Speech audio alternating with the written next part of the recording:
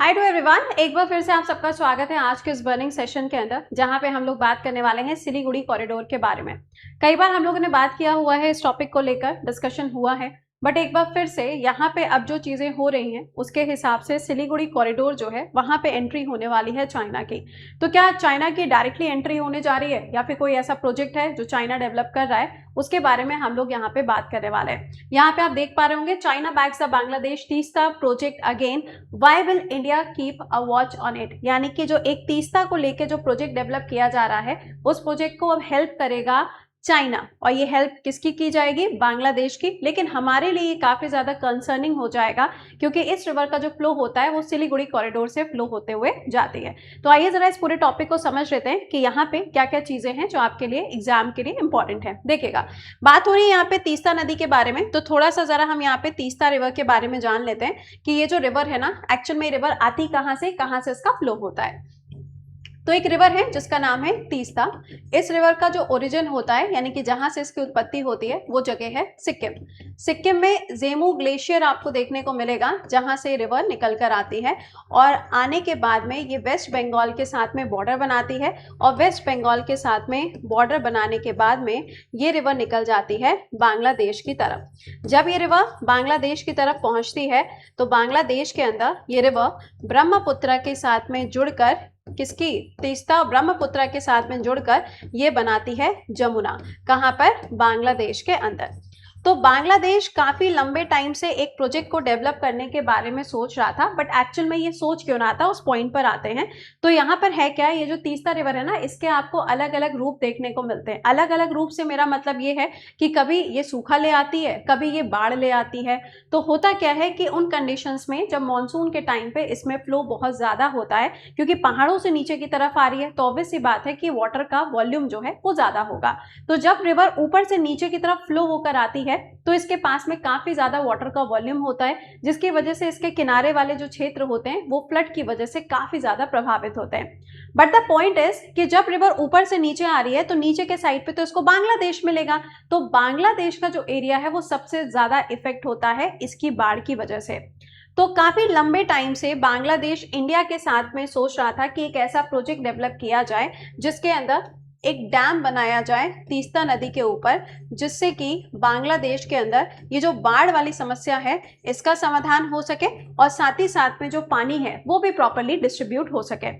ये बात चलती है करीबन 15-16 सालों तक, ये बात चलती रहती है इंडिया और बांग्लादेश के बीच में, लेकिन इसका कोई भी कंक्लूजन नहीं निकलता है। और इंडिया की तरफ से ये जो वार्तालाप है ये एंड हो जाती है 2011 में। 2011 के बाद से इंडिया ने बांग्लादेश के साथ में इस टॉपिक के ऊपर डिस्कशन किया ही नहीं है। बट आप सबको ध्यान होगा, मैंने आपको करंट अफेयर्स के क्लास में भी सुबह पढ़ाया था, जहां पे हमने बात की थी एक नए प्रोजेक्ट के बारे में। प्रोजेक्ट था China Myanmar Bangladesh economic corridor. तो अब एक ये नया कॉरिडोर डेवलप किया जा रहा है, और इसी कॉरिडोर के साथ में एक नया प्रोजेक्ट डेवलप किया जाएगा। प्रोजेक्ट जो है वो क्या है? Teesta dam project. और ये जो प्रोजेक्ट है, ये प्रोजेक्ट किसका है? ये प्रोजेक्ट है बांग्लादेश का। किसका प्रोजेक्ट है? बांग्लादेश का प्रोजेक्ट है। और इस प्रोजेक्ट में हेल्प कौन करेगा? चाइना अब इस प्रोजेक्ट में हेल्प करने वाला है। तो होगा क्या इसके अंदर? देखिएगा, सपोज करिए तीस्ता रिवर का फ्लो कुछ इस तरीके से आ रहा है, तो दो रास्ते थे। एक रास्ता तो ये था कि भाई यहाँ से अगर मान लो ऊपर वाला हिस्सा इंडिया का है और नीचे वाला हिस्सा बांग्लादेश का है, तो एक तो देखो ये हो सकता था कि इसके बीच में क्या करते, डैम बना दिया जाता और पानी को यहाँ पे प्रॉपर्ली चैनल्स के थ्रू डिवाइड कर दिया जाता। बट ये हो ना सका, तो बांग्लादेश ने कहा कि कोई बात नहीं, हम अपनी टेरिटरी के अंदर जो एरिया है उस पर क्या करेंगे, डैम को डेवलप करेंगे। यहाँ से बॉर्डर डिवाइड हुआ, अब बांग्लादेश क्या करना चाहता है, इस एरिया पे जो कि बांग्लादेश की खुद की टेरिटरी के अंदर का एरिया है, वहां पे बांग्लादेश अब क्या करेगा, डैम को डेवलप करेगा और अपने अकॉर्डिंग पानी को यहाँ पे डिस्ट्रीब्यूट करेगा। तीस्ता नदी का पानी बहुत ज्यादा इंपॉर्टेंट है किसानों के लिए भी, क्योंकि इसी का पानी होता है जो कि इरिगेशन के लिए भी इस्तेमाल किया जाता है।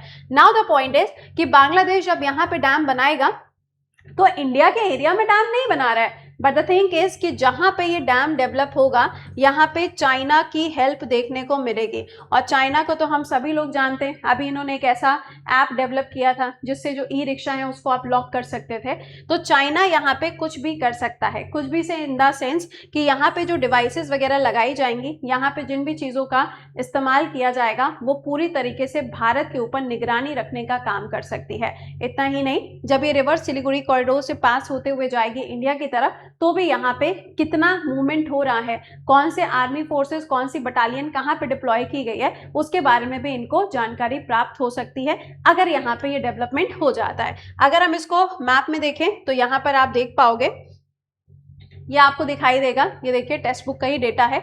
यहाँ पर देखो आपको ये रिवर का फ्लो दिखाई दे रहा होगा, देख पा रहे होगे। ये देखो यहाँ से रिवर आ रही है, तीस्ता रिवर आपको दिखाई दे रही होगी। ये देखिए सिलीगुड़ी लिखा हुआ है, लिखा हुआ दिखाई दे रहा है, दिस इज सिलीगुड़ी। सिलीगुड़ी क्या है, इसे हम चिकन स्नैक कहते हैं। बहुत ही पतली सी आपको जगह देखने को मिलती है। अगर ये जगह इंडिया के हाथ से चली जाती है तो पूरा नॉर्थ ईस्ट जो है वो इंडिया से अलग हो जाएगा। तो सिलीगुड़ी कॉरिडोर ये पतली सी जगह है, यहाँ से देखिए होते हुए ये रिवर फ्लो करते हुए यहाँ से देखिए बांग्लादेश के अंदर एंट्री करेगी और बांग्लादेश के अंदर एंट्री करते हुए देखिए जमुना के साथ में मिल जाएगी या फिर जमुना को बना देगी। तो यहाँ पर आप देख पा रहे होंगे कि this is the flow of Teesta river. तो अब यहाँ पे पॉइंट क्या है, पॉइंट यही है कि अब चाइना जो है वो बांग्लादेश को हेल्प करने वाला है। अभी बांग्लादेश के जो मिनिस्टर हैं ये गए हुए थे कहाँ पर, चाइना के अंदर, और वहीं पर ये सारा डिस्कशन जो है वो किया गया है। आप देख पा रहे होंगे इनकी बीजिंग यात्रा हुई थी, बांग्लादेश पीएम तारिक रहमान जिनकी विजिट होती है चाइना के अंदर, बीजिंग के अंदर ये जाते हैं।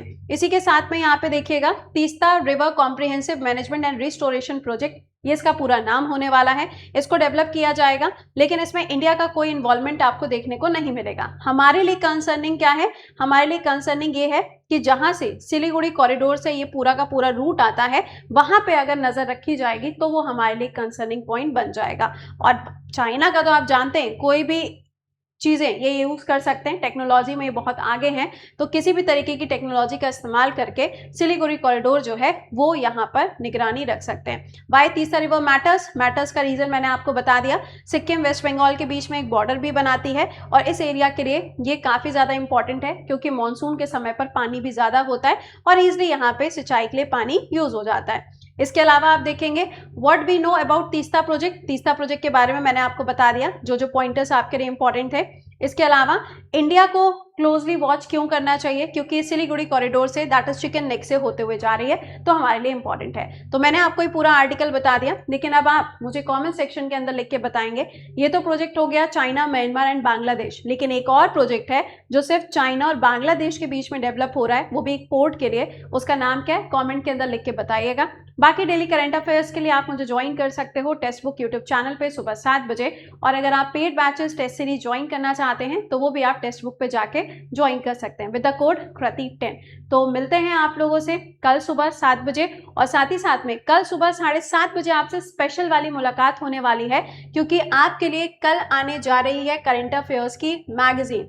करंट अफेयर्स की मैगजीन काफ़ी ज़्यादा इंपॉर्टेंट है क्योंकि ये आपका जैन से लेकर जून तक का पूरा कंटेंट कवर करने वाली है। इसके बारे में कल सुबह 7:30 बजे मैं आपको सारा अपडेट दे दूंगी। तो कल जुड़ना ना भूलें मेरे साथ में, only on text book YouTube channel. Till then खुश रहिए, मुस्कुराते रहिए, bye bye and take care to all.